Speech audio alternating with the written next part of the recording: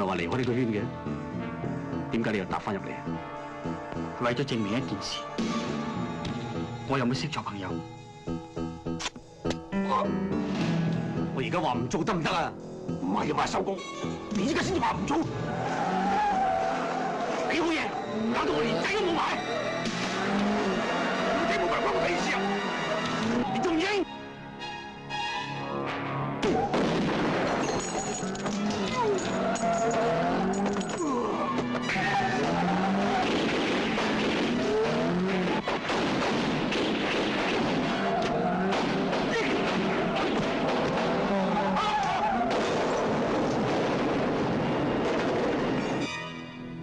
我哋要分手。點解啊？唔知有咩會發生喺我身上，亦都會發生喺你身上。就算你係全世界最壞嘅男人，我都唔會離開你。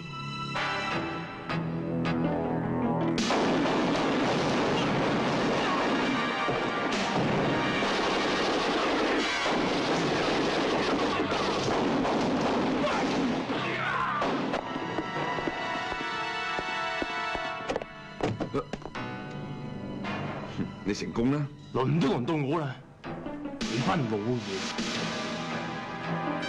我願意，我願意，願意相信。仲記唔記得呢首歌啊？盡量浪漫。呢首歌係我哋第一次識嘅時候聽過嘅。像一片真，一片真，留住愛在我心坎。不過有時好多嘢真係好難忘記嘅。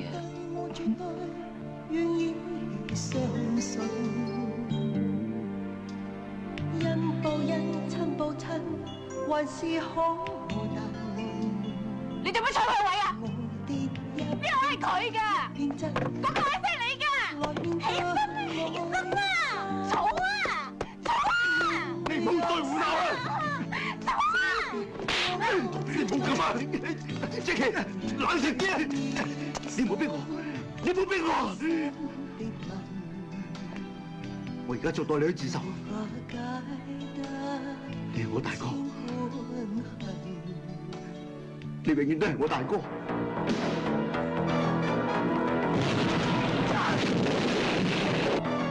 眼見一代代咁過，鬥爭都未曾停止。喺呢個圈入邊，冇話邊個係大贏家。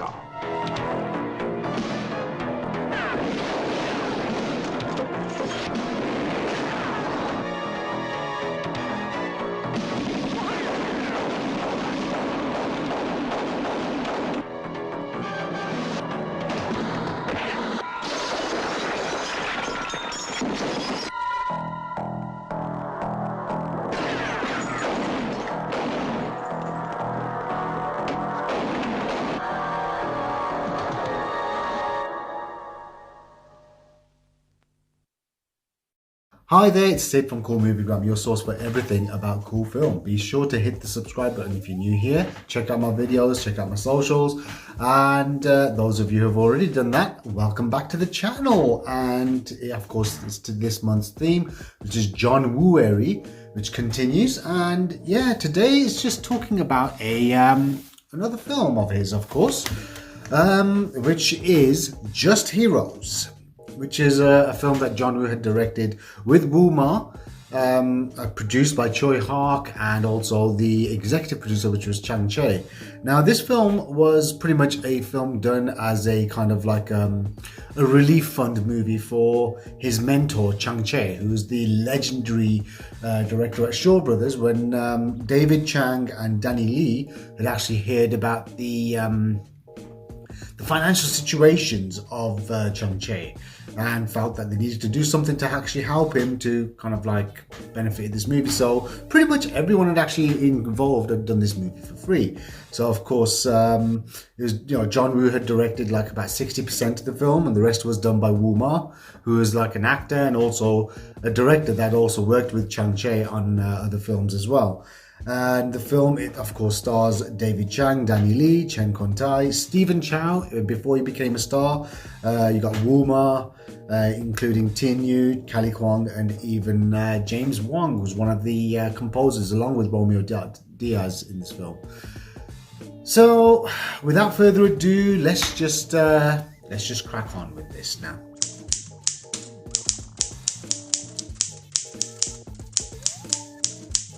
In the film, it starts off where a triad boss is murdered, gunned down in the middle of the night, and there leaves a power struggle within the triad where Sol and Tai, played by Danny Lee and Chen Kon-tai, who are the adopted sons of the boss, and they decided that his lawyer, played by James Wong, played Solicitor Wong, as well as his consigliere in a way, who's Ma, played by Woo-Ma, decide to kind of say that let's appoint Danny Lee's character Sol as their interim head of the actual organization. This kind of doesn't sit too well with Tai himself, but Tai just kind of goes along with it.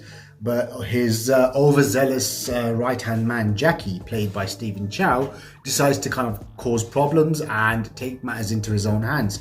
And in the midst of this, the other adopted son of the boss, Y, played by David Chang, has actually since given up on organized crime and has decided to kind of live a quiet life as a fish trader. So he just kind of like gets... just selling fish. That's just pretty much living the very quiet, peaceful, free life away from all the whole kind of the headaches of organized crime. But as the whole plot thickens, when people are kind of like being killed and the police are getting involved, it just kind of eventually Y's kind of drawn back into this world where he's kind of feels like, you know, he feels like an outsider, but at the same time he feels indebted to the boss who had actually raised him.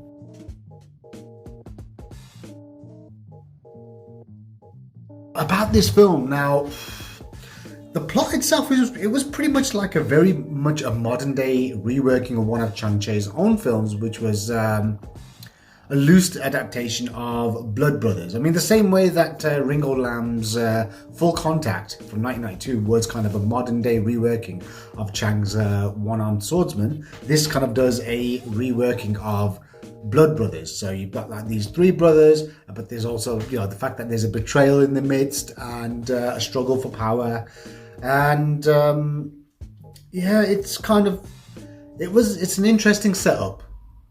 I mean, the fact that you get also cameos coming from Paul Chun, veterans like even Lau Kar Wing makes a cameo appearance, and even T Lung. But the thing is, his character T Lung is introduced as one of like the big figureheads in the triad, but he's supposed to have been in a flashback when we see like when Y was in the actual in the triad.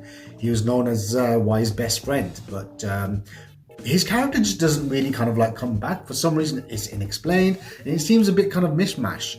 And I mean Chen Kon-tai does a great job in this. David Chang, he does great. Even Danny Lee, considering he's actually playing like against type, he's not playing a cop, he's actually playing a triad. I mean, one of the very few times where he's actually played like a non-policeman character in a movie, where he's playing like someone on the opposite side of the law. One of the other occasions being his role in Ringo Lam's City on Fire, where he actually played like a thief.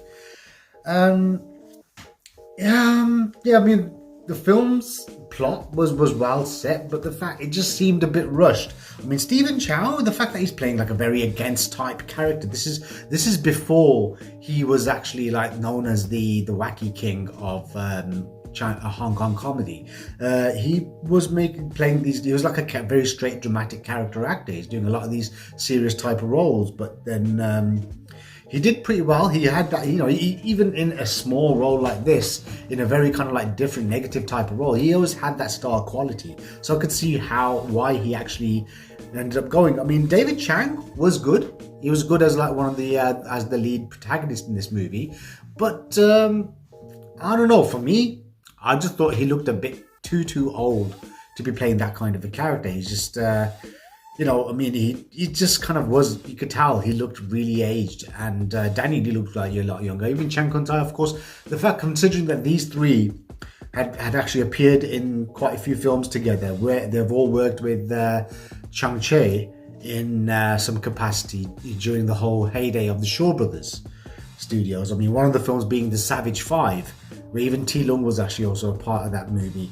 And, that was a great movie. It's like a kind of a spaghetti western type of inspired film. But it's really good. And the action, again, it is top notch. I mean, some great kind of like shootouts involved. From the get-go, there's just a lot of action. But it just feels a little bit uneven at times. And considering that, everyone did this movie pretty much for free, because the movie had made the money in order to kind of like help Chang-Chi in his twilight years after post-retirement. But the movie that they did make, because the film didn't really make much, it just made just shy of $8 million at the Hong Kong box office, which isn't really that impressive, is considering the kind of money that John Woo movies were pulling in at that time. But the money that they did recover and were able to give to Chang-Chi, what he decided to do instead of retiring, he had decided to use that money to actually make another movie. And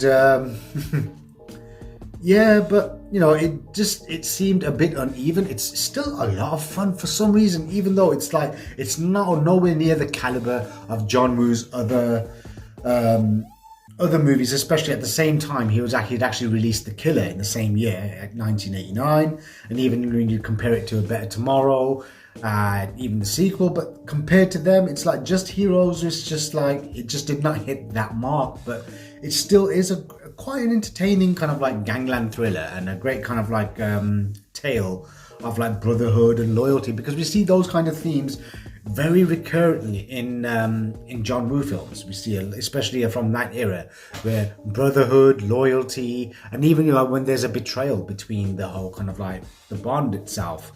And we kind of see, the female characters, you got Tin Yu playing Annie, who's married to the character Tai, but then also because the fact that she had like a past with David Chang's character Y, it just seems a bit, she was just there just for the sake of it. It doesn't really explain as to the reason why she's unhappy, why she's becoming an alcoholic. It just doesn't really go into that at all.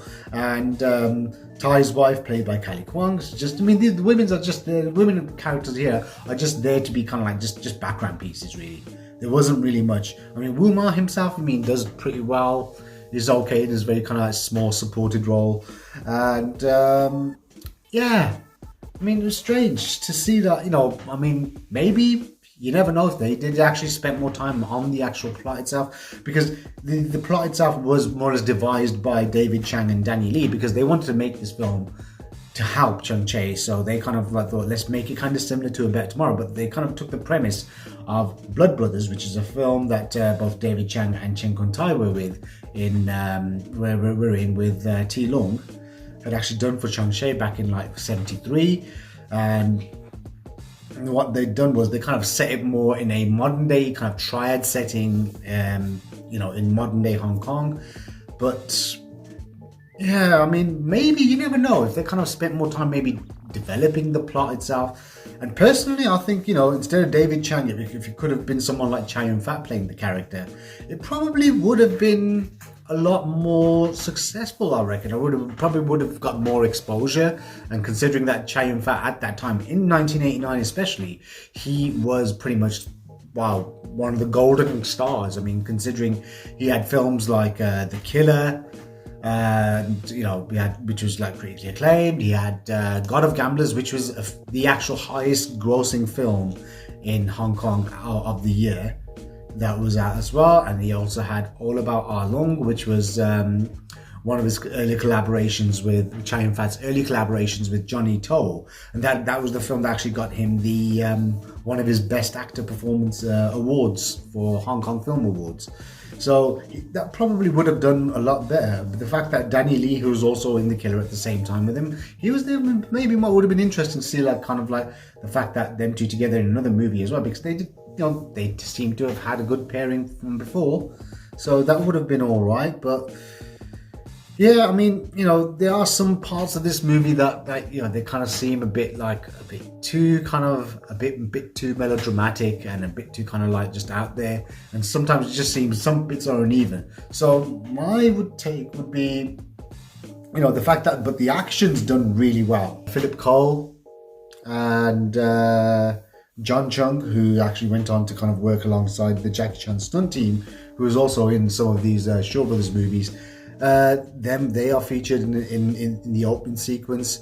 And it's just it's fun to watch, but not exactly a kind of like a highlight in his career. But definitely, maybe fans of John Woo might enjoy this. I mean, it is a good movie, but I just don't think it's amazing. It's not like you can't put it on the same pedestal as like the big, the most important John Woo movies, like for example A Better Tomorrow 1 and 2. You got The Killer, Hard Boiled, Bullet in the Head.